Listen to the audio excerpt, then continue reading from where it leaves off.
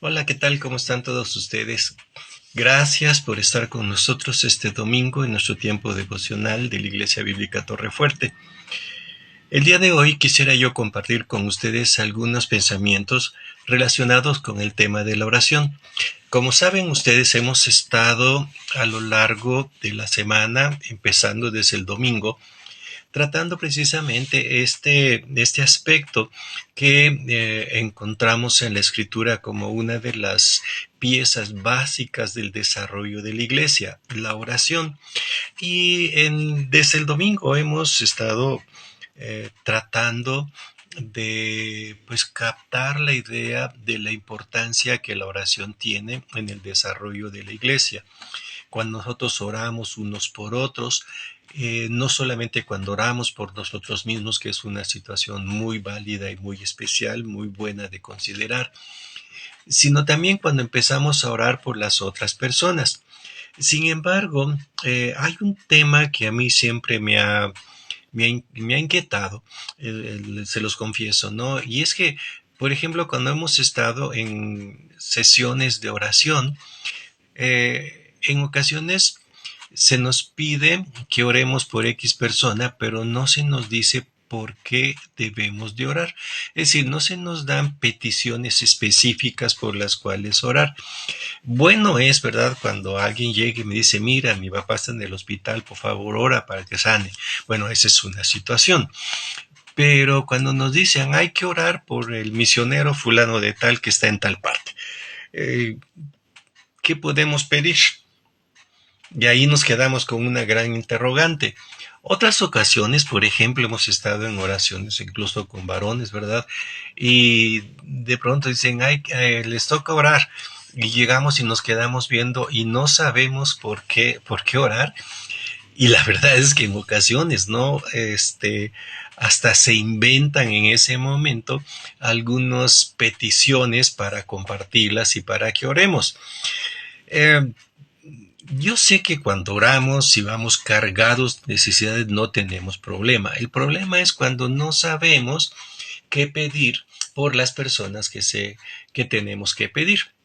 Por ejemplo, ¿qué puedes pedir por tu pastor? ¿Qué puedes pedir por los misioneros? ¿Qué puedes pedir por los maestros de la escuela dominical? ¿Por los niños? ¿Por los sugieres de la iglesia? Etcétera, ¿no? ¿Qué cosas pudiéramos en un momento dado pedir? Bueno, pues yo quisiera poner el dedo en la llaga en este momento y quiero partir precisamente de un texto que nos dice que pudiéramos en un momento dado pedir. Este pasaje está en la carta a los Colosenses en el capítulo número 1. Pablo, después de dar un saludo a la iglesia de Colosas, y de expresarles que siempre está orando por ellos porque escucha la fe, la esperanza que ellos tienen, y cómo han aprendido, dice aquí de Epafrodito, la manera en que deben de conducirse y todas estas cosas, ¿verdad? Entonces Pablo en el versículo número 9 hace esta declaración, que es a donde quiero que llevemos. Dice, por lo cual también nosotros, desde el día que lo oímos, no cesamos de orar por vosotros y de pedir que seáis llenos del conocimiento de su voluntad en toda sabiduría e inteligencia espiritual, para que andéis como es digno del Señor, agradándole en todo, llevando fruto en toda buena obra y creciendo en el conocimiento de Dios. Siempre me ha llamado la atención que cuando Pablo ora y ora de esta manera tan general, pone el dedo en una necesidad que todos nosotros como creyentes necesitamos. Y es esta. Básicamente Pablo le expresa aquí en el versículo 9. La oración de Pablo va dirigida ¿a qué? A que nosotros, usted y yo, ¿verdad? Y todos los seamos llenos del conocimiento de la voluntad de Dios. ¿Okay? Esa es una petición que a veces la pasamos por alto. Muchas personas han llegado a lo largo de mi vida a preguntarme, ¿cómo puedo saber yo la voluntad de Dios? Esa es una pregunta que creo que todos nos hacemos, ¿verdad? Bueno, aquí para empezar, ¿verdad? Si ustedes quieren saber toda lo que es el tema de la voluntad de Dios y cómo llegar a ella, pues les voy a recomendar un libro. El libro se llama Cómo tomar buenas decisiones, del Dr. Robinson. Él fue mi maestro en el seminario y es una excelente obra en donde ataca el tema de la voluntad de Dios.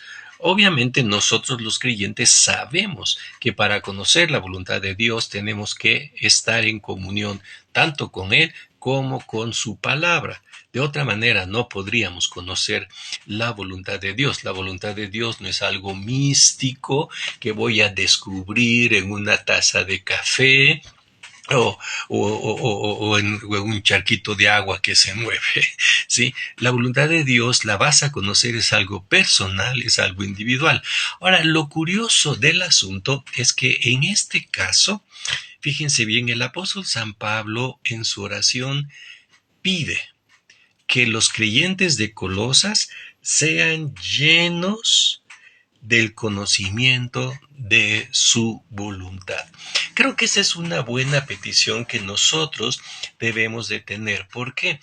Porque cuando estamos pensando precisamente en la gente que nos rodea, en los hermanos que van a la iglesia, la hermana que se sienta junto de ti o enfrente de ti, su familia, sus niños, su esposo, cuando pensamos en todos ellos, ¿qué es lo que realmente nosotros necesitamos?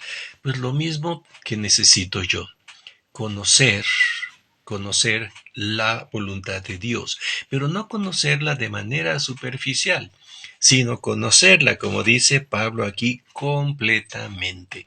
El hecho de que conocieran los colosenses, que fueran llenos del conocimiento de la voluntad de Dios, significa que deberían de conocerla de manera perfecta. Y eso, hermanos, es una de las oraciones más importantes que debemos nosotros de estar haciendo. Pensando en la gente que, como hemos dicho hace un rato, pensando en ellos, ¿por qué no empezamos a orar? Que el Señor nos llene del conocimiento de su voluntad. Fíjate, si tú conoces la voluntad de Dios y yo conozco la voluntad de Dios, mira, la vida cambiaría completamente.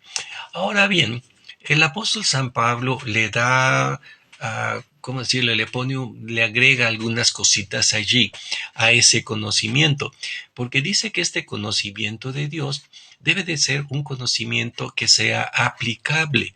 Es decir, no es nada más un conocimiento aquí reflexivo, ¿verdad? Sino que es un conocimiento que tiene una dirección. Y Pablo lo menciona de dos formas: que seáis llenos de todo el conocimiento de la voluntad de Dios, en toda sabiduría e inteligencia. Es decir, que al conocer la voluntad de Dios, esa voluntad de Dios me va a llevar en dos caminos que van a ir paralelos siempre, ¿sí? ¿Cuál es el primero? El primero de ellos es una voluntad de Dios conocida para vivir de manera sabia. Estaba leyendo a un autor que decía que esa parte de la sabiduría significa básicamente lo práctico. Es decir, que nosotros vamos a conocer la voluntad de Dios de manera perfecta, pero la vamos a vivir de manera práctica. Y ese es el punto importante, ¿verdad? Porque la voluntad de Dios no es nada más, como les decía yo, un sueño hecho realidad. Si conocemos la voluntad de Dios, ese conocimiento de Dios me va a llevar a una vida espiritual práctica. Además de esto, Pablo agrega aquí que no solamente es en sabiduría, sino que también es en inteligencia espiritual. Y estaba viendo aquí precisamente esta definición de inteligencia espiritual y me llamó mucho la atención, porque cuando hablamos de inteligencia espiritual, estamos hablando de analizar las situaciones de manera espiritual y también estamos hablando de tomar decisiones acertadas en base a ese análisis. O sea, como muy a menudo se dice, ¿no? Que una persona inteligente es una persona que sabe resolver problemas, pero en este caso resolvemos problemas desde una perspectiva espiritual. Fíjate qué hermoso es cuando decimos, tenemos problemas económicos, ¿cómo los vamos a resolver? Pues los vamos a resolver de una manera inteligente, pero también espiritual. Que tenemos problemas de relaciones, ¿cómo los vamos a resolver? De manera inteligente y espiritual. Entonces, si nosotros ponemos lo práctico con la inteligencia espiritual, mis hermanos, entonces eso nos va a llevar a una vida especial, única, diferente. Y Pablo lo menciona después en el resto de los versículos, espero que los lean, ahí en el versículo 11, 12 y al final 14, en donde Pablo habla de cómo entonces una vida que conoce la voluntad de Dios se va a manifestar de manera sabia y de manera inteligente espiritual. Así que, cerrando esta reflexión, ¿qué es lo que nosotros podemos pedir? Cuando estamos pensando en una iglesia que crece y que está firme, sabemos que la oración es básica, pero no es nada más una oración así porque sí, sino que es una oración orientada a la búsqueda de la voluntad de Dios. Qué hermoso, qué bello es, iba a decir como dicen los muchachos, ¿no? Qué padre es cuando pensamos, ¿no? Que toda la iglesia va a ir en pos de un fin y que ese fin es lo que Dios quiere. Hermanos, cuando esto sucede, piensa en tu familia, que tu familia tenga conocimiento de la voluntad de Dios. Piensa en tu trabajo, que tus jefes llegaran a conocer la voluntad de Dios. Piensa en toda esta sociedad, ¿no? Que llegara a pensar que esto es la voluntad de Dios. ¿Cómo serían nuestras vidas? Sería inmensamente dichosa, diferente. ¿Por qué? Porque Dios entonces empezaría a guiarnos en todo. Así que, ¿qué es lo que quiero yo dejarte este domingo? Pues yo quiero dejarte un reto. Que empieces a orar. Que en tu iglesia, donde quiera que estés, ¿sí? No solamente en Torrefuerte, los que nos escuchan de otras iglesias y nos ven, esto puede ser de mucha bendición también. Que empecemos a orar, que todos conozcamos plenamente la voluntad de Dios. ¿Te imaginas si nuestras autoridades, nuestra presidenta, nuestro gobernador, nuestro presidente municipal, si todos ellos llegaran a conocer perfectamente la voluntad de Dios, ¿cómo sería nuestra vida? Y fíjate, si lo llegaran a conocer y le empezaran a vivir de manera práctica, resolviendo los problemas desde una perspectiva espiritual y no solamente material y económica, hermanos, la vida sería completamente distinta. Así que les dejo entonces el reto.